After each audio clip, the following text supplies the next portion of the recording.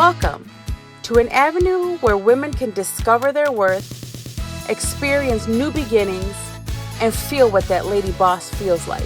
Where women come together to empower one another, sharing stories collectively to influence women around the globe, to influence women to shine bright like diamonds. We are women, women of all colors and creeds, opening up our doors to and for one another to maximize our potential and to bring our dreams to reality so that we can sparkle with confidence. Where beauty begins the moment you decide to be yourself and where failure is not an option. Now's the time for you to go for it. She Talks, providing an avenue where women can share their voice, innovate their thoughts, and influence the she that's inside us all.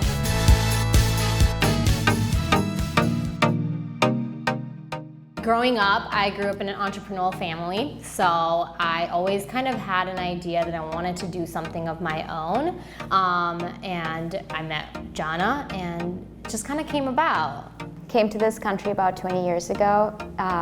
It's the American dream, right? Everybody from a different country want to come to the America and settle down and start a business on their own. I actually came here to do my master's. And I was completely in a different industry. I was in the healthcare field. I used to be a physical therapist. And growing up, I always dreamed of being an administrator of a hospital or having my own rehab center. So I had that business spirit in me right from the beginning. And so when I graduated with my master's in this country and I started working, I figured, okay, I'll go up the corporate ladder and do my regular 9-to-5 job and figure things out. But I was never happy with what I was doing. I felt like I was working for somebody else, and I really felt like I wanted to do something on my own. And I happened to meet Sonali's dad at that time, and we were friends for a very long time, and we were thinking, okay, and he's an entrepreneur like how Sonali mentioned, and so we always thought, okay, maybe there is an opportunity in the future where we could do business together. And so that's how we met, through her dad. That's funny, because I'm like, usually everyone's like, oh, how did you guys meet? I was like, my dad introduced us. But yeah, so I grew up in an entrepreneurial family. My dad has his own business, and I knew as a kid that I wanted to join him in the family business. So growing up in an Indian family, my grandparents would always say, oh yeah, your brother's gonna be the one to take over the business, or this is kind of like your brother's house because you're gonna get married and you're gonna move out and all of that. So when they would always say that, I'm like, no, watch, I'm gonna work with my dad. I'm gonna work with Papa, that's what I call him. So I was like, I'm gonna join him and help him. So I feel like I wasn't taken seriously at that time, but once I graduated college, I was talking with my dad about my next steps, and I was like, well, my older sister was in corporate world. I was like, let me start with corporate, apply for jobs, do the interviewing process, and then after maybe being in corporate for a year or even not, just knowing that I got a job on my own, I'll start working with you.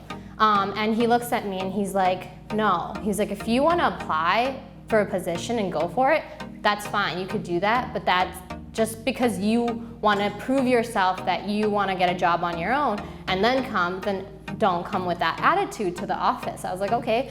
I was like, I guess I'll just start working with you straight. So graduated on a Thursday and then started work with him on Monday.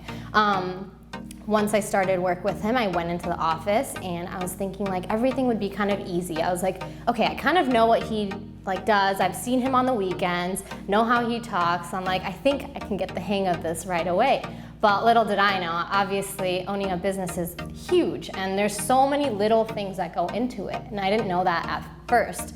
I walk in thinking I'm gonna learn everything in a week, a day, month, whatever it was. And I realized I don't know anything about business or about my dad's business. He has tanning salons called LA Tan.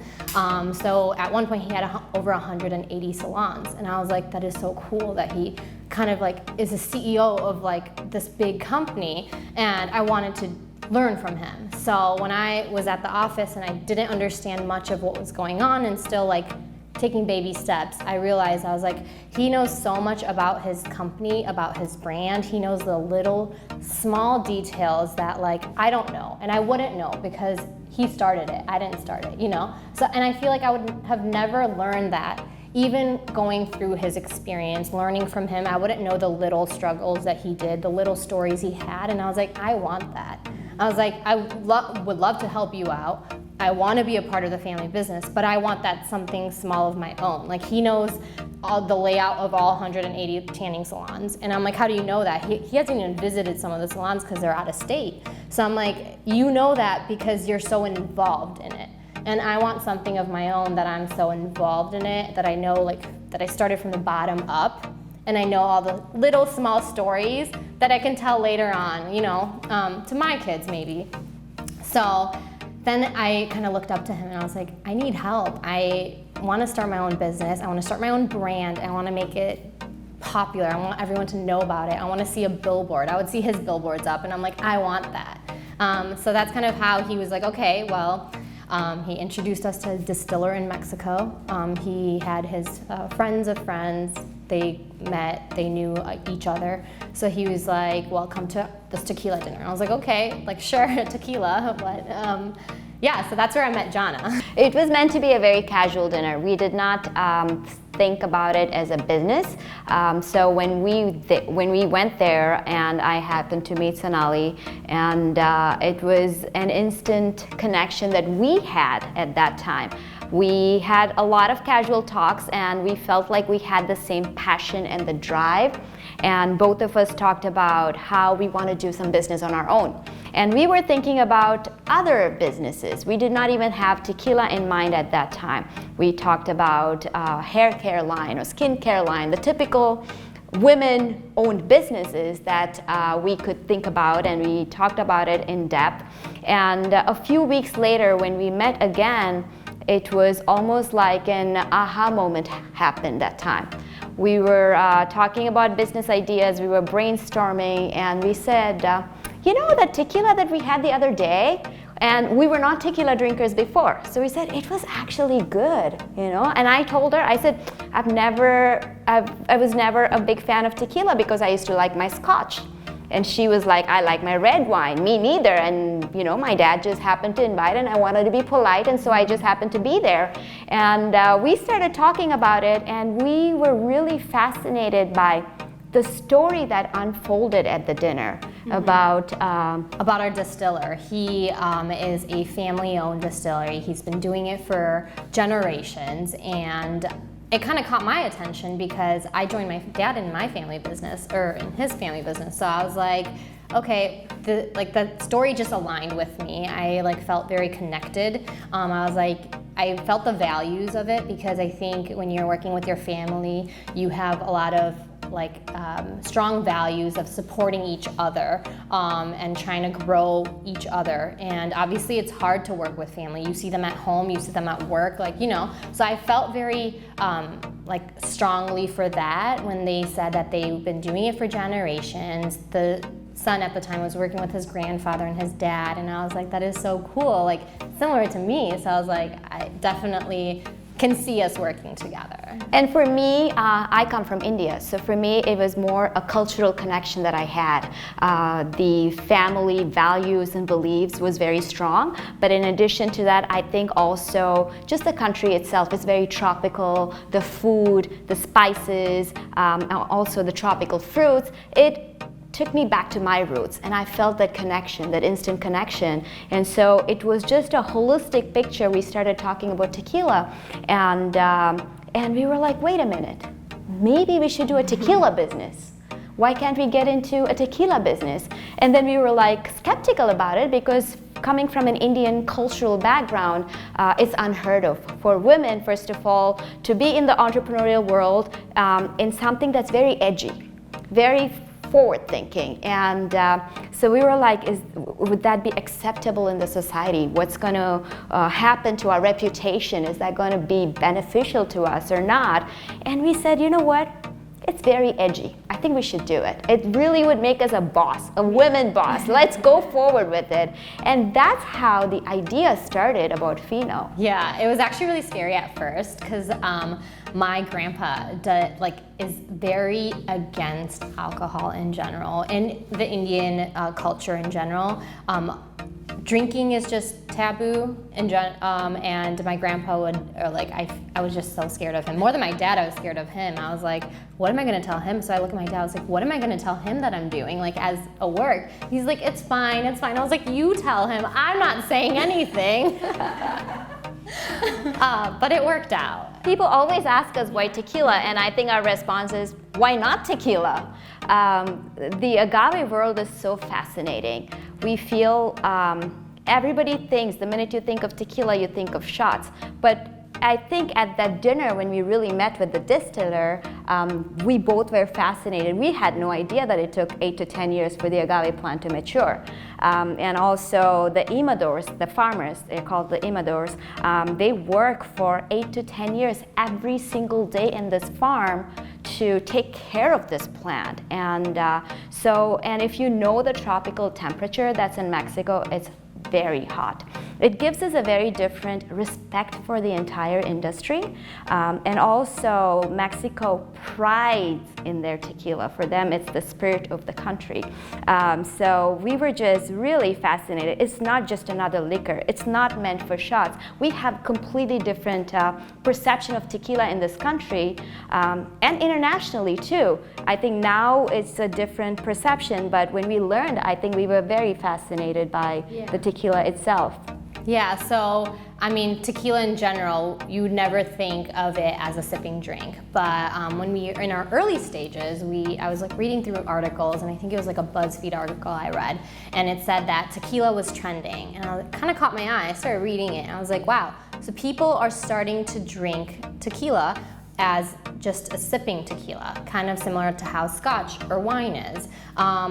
As I learned more, especially from the family making the tequila, tequila is more of a drink that's drank after dinner, kind of like how a limoncello is in Italy, or wine during dinner. You just sip on it to clean the palate or whatever that is, you know. So as we learned that, we wanted to bring that here in the U.S. and show people how tequila is drank. Everyone has that preconceived notion on how tequila is a shot drink, salt, lime, and you take a shot, don't remember the whole night. We all have the tequila story. I just remember my bad college memories of drinking tequila, and I was like, I don't know about this.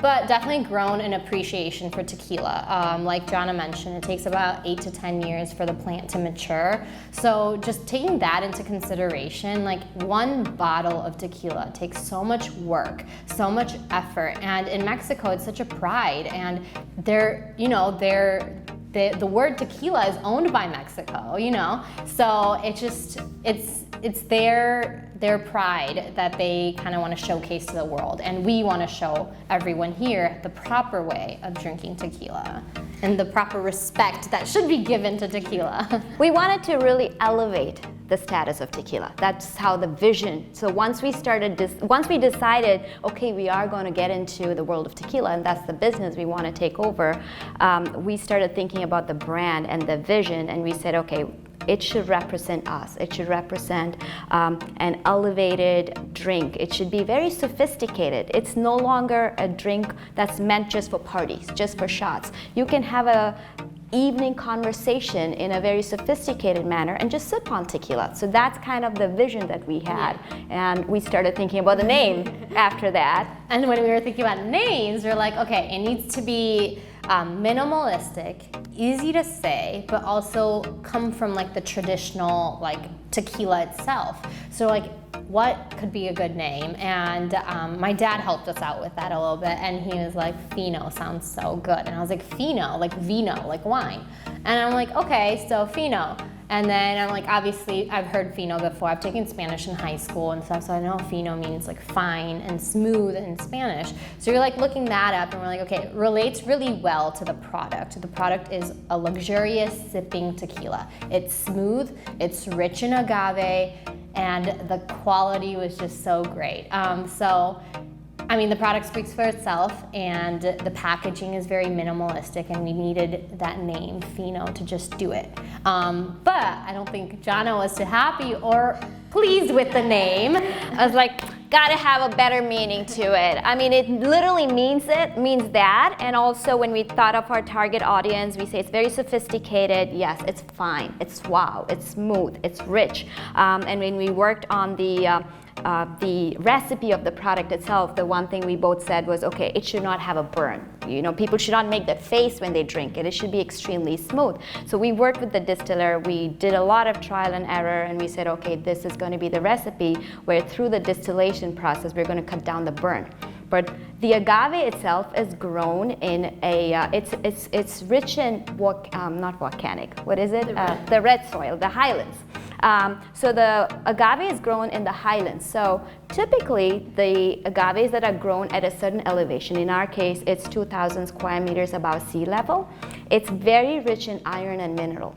So we learned a lot about that, and we said, okay, if it's rich in iron and mineral, how is it affecting the quality of the plant?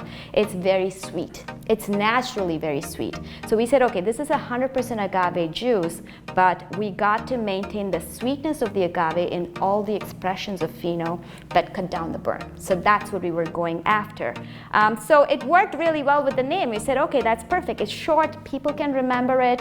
But then the more research we did on that, it was, again, I think, it was a moment that was hair-raising for us. We always say this because FINO turned out to be an acronym for Failure is Not an Option, FINO.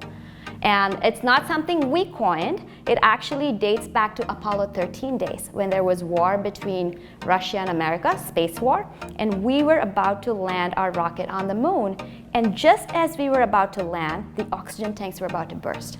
So you can imagine the effort that had gone behind the years of research and practice and training for these astronauts to actually make that happen. And you're about to land, it's just a huge success for America, but it's not going to happen. So the general, Gene Kratz at that time, had two options. Doesn't matter, we're still landing on the moon because it's huge pride for the Americans. So we say, okay, you either land on the moon, but you're going to lose the astronauts, or save the astronaut's life. So Gene Kratz at that time, the first word that came out of his mouth was FINO. Failure is not an option. No American shall die under my watch. Bring my boys back home. That was the choice that he took. So for us, for two women, two ordinary women, we always say this, you know, with this big dream of making something new in the industry, coming from a completely different backgrounds, we said, okay, failure is not an option for us. We're going to move forward. This is a sign. There is more to the philosophy now for our product, for our company, for our brand. It's a mindset. It's not just a product. It's going to be a lifestyle brand that we're going to start promoting because people are going to relate with this mindset. Failure is not an option for anybody. So then we said, okay, we're moving forward no matter what. That's perfect. No exceptions, no excuses. It's only exceptional products. Let's go forward. So that's how FINO started. That story always gives me the chills, or like I'll get goosebumps, especially when Jana says it. I'm like, okay, you tell it. You tell it. I'm gonna listen. I heard someone say like, if your dream scares you, then it's a good thing because that means you're dreaming big, right? So when like she was saying that, I was just thinking about it. I was like, okay, that's very scary going into this industry, not knowing anything, and then I'm like, you know, like being scared going into your first bar meeting or your first like official FINO meeting or anything because you don't know much and you're scared going into it. But then that kind of calms you down because you're like, okay, if I'm scared, that means I'm going in the right direction. Yeah. You know, it's very interesting because there are a lot of uncertainties when you start any business. So you have these internal fears. Am I going to be successful? Is this going to work? What's going to happen? You know, and I think as strong women entrepreneurs, we tell each other, we said, we got to bust those fears. You can't let that fear overrule your mind and like take you back. We got to keep marching forward. So we decided, okay, what are we going to do? Our philosophy, our company philosophy is going to be like, we're not going to look at competition and get scared. we're going to compete within ourselves. Every time we bring a shipment, how can we do better than the previous one? Let's constantly look at our progress. Let's work on the process and forget the results. Because the minute you start thinking about results, you get these fears. Instead, we said, okay, let's focus on the process. Results are going to happen no matter what. So that really keeps us motivated, and we keep going after it. And when we got our first shipment, we laugh at this. We ordered 1,000 cases of FINO. We said, okay, if it's successful, fantastic. If not, we're going to be left with a lot of tequila the rest of our lives. We will drink only tequila. So you don't want to overpromise and underdeliver, but it's very like, you just feel very achieved, like a sense of achievement when you do something that you didn't expect and you're like, whoa, that just happened. So like 4 months in after our first shipment, we were like going at a pace. We weren't really looking back, and we weren't thinking, okay, how much inventory do we have? And then like a week, or 4 months in, we're like, wait, we don't have any left. We're sold out. And we didn't even realize that.